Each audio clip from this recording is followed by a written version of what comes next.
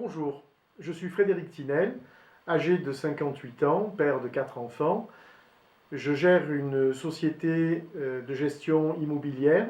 Nous travaillons sur Apt depuis 13 ans en proposant du logement à caractère discriminatoire puisque nous avons choisi une population cible qui sont généralement les mères célibataires, les cadras, les quinquas en rupture d'emploi.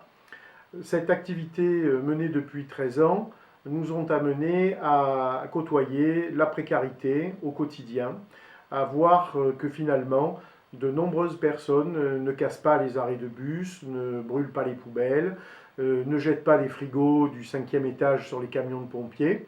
Bref, ce sont des personnes qui passent vraiment en dessous des radars des médias, en dessous des radars des statistiques.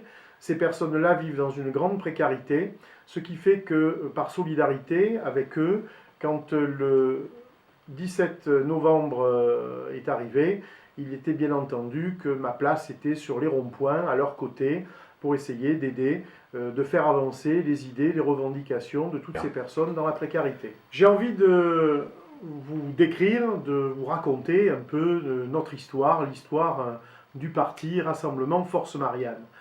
Pourquoi nous en sommes arrivés là, d'où nous venons, qui nous sommes, ce qui nous a motivés et ce qui fait qu'aujourd'hui les choses ont pris une importance assez considérable et qui aurait même tendance à nous dépasser. Donc nous freinons un petit peu.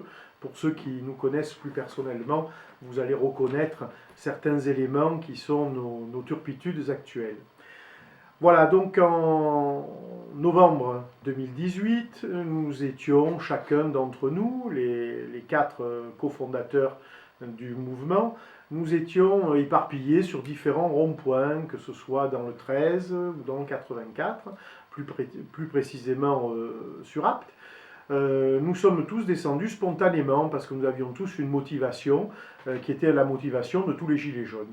Devant la cherté de la vie, devant les problématiques de pouvoir d'achat, devant cette explosion sporadique qui a été l'augmentation de la taxe sur les carburants, ça a été un peu la goutte d'eau qui a fait déborder le vase et tout le monde est descendu dans la rue parce que voilà, c'était trop. Ça fait déjà de très nombreuses années que nous n'arrivons plus à vivre normalement, à joindre les deux bouts, que ce soit pour ceux qui sont précaires avec des minima sociaux, des chômeurs ou des travailleurs à temps partiel et même des personnes qui sont dans de grosses boîtes depuis 15, 18, 20 ou 30 ans, qui n'arrivent pas donc à joindre les deux bouts. Tout le monde le sait, entre le 10 et le 15, voilà, c'est la fin du mois, et puis il y a 15 jours avec lesquels tout le monde vit un peu sur les vapeurs de gaz.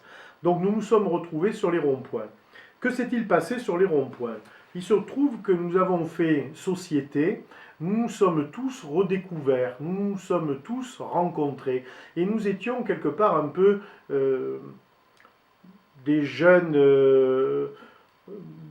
sans expérience. Nous nous sommes retrouvés dans la rue, nous n'étions pas des coutumiers du fait pour manifester. Nous nous sommes retrouvés dans la solidarité parce que nous n'étions pas issus pour la plupart de syndicats, de mouvements associatifs, où la culture de la rue et de la revendication était pour nous un fait commun. Donc nous nous étant retrouvés là, on a commencé à se lier. Par la suite, et très rapidement, il faut le dire, il y a eu l'idée d'occuper les ronds-points, mais cette fois-ci d'une façon beaucoup plus pérenne, avec des cabanes. Là, évidemment, nous avons refait société. Nous nous sommes tous rencontrés dans notre diversité. Il se trouve que vers le 15 décembre, c'est la constatation que nous avons pu faire entre nous, nous avons vu énormément de gilets jaunes de la première heure qui ont commencé à quitter le mouvement. Ces personnes-là partaient au fur et à mesure parce que devant la rudesse de la gestion sociale avec ces personnes-là, ils ne se sont plus reconnus. Il commençait à y avoir des problématiques autour de l'alcool, des problématiques autour des comportements. Donc nous n'étions plus obligés de faire société ensemble.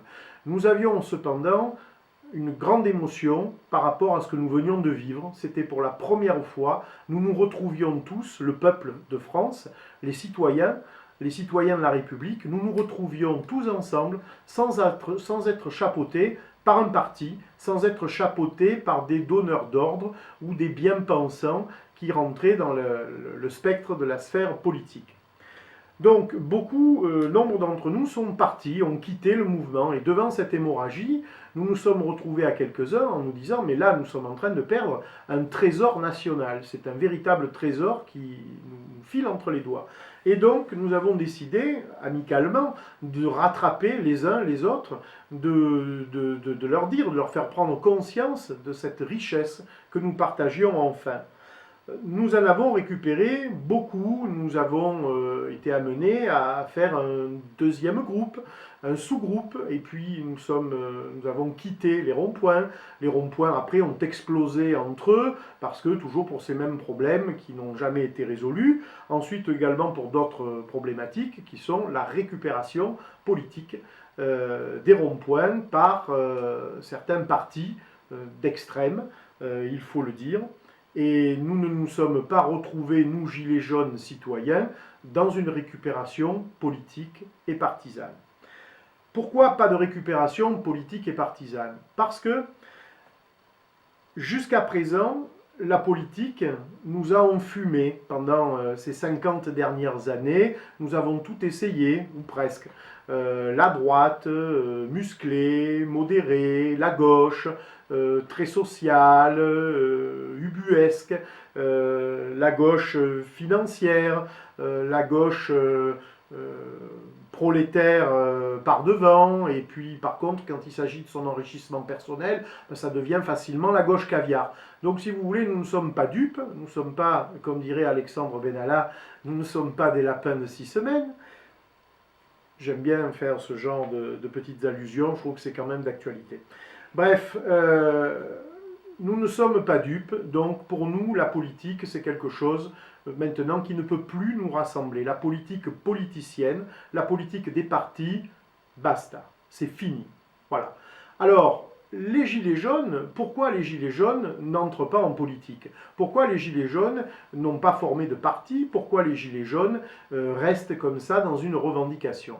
Tout simplement parce qu'à la base, il s'agit d'un mouvement spontané, il ne s'agit pas d'un mouvement ayant une visée de parti politique, de création de structure. Ce sont des gens qui en ont ras-le-bol, ce sont des gens qui en ont assez, ce sont des gens qui sont dans la marge de la sobriété, de la tranquillité, de l'anonymat, qui sont descendus dans la rue pour dire maintenant c'est terminé. On ne veut pas prendre le pouvoir, on ne veut pas créer de parti, on ne veut pas créer de tendance, on ne veut pas créer de courant. On veut tout simplement dire aux politiques, pour lesquels c'est leur métier, leur engagement, et c'est la foi qui normalement devrait les mouvoir, ces gens-là n'ont pas rempli leur mission. Ils ont été en panne, ils ont été hors sol, ils ont été déconnectés, et nous sommes juste là pour leur dire « Hé, redescendez, écoutez-nous et travaillez pour nous ». Nous vous demandons d'exécuter ce qui est notre volonté. Rien de plus. On ne veut pas vous faire de concurrence. Donc, voilà pourquoi il n'y a pas de parti gilet jaune. Et il n'y a pas d'autre explication. Alors évidemment, les médias, les malpensants, ceux qui veulent instrumentaliser, qui voudraient nous récupérer, qui n'y arrivent pas, comme des gosses de riches, comme des gosses insupportables, eh bien finalement, comme ils ne peuvent pas avoir le jouet, ils cherchent à le casser. Seulement, le mouvement des gilets jaunes, on ne le récupère pas et on ne le casse pas.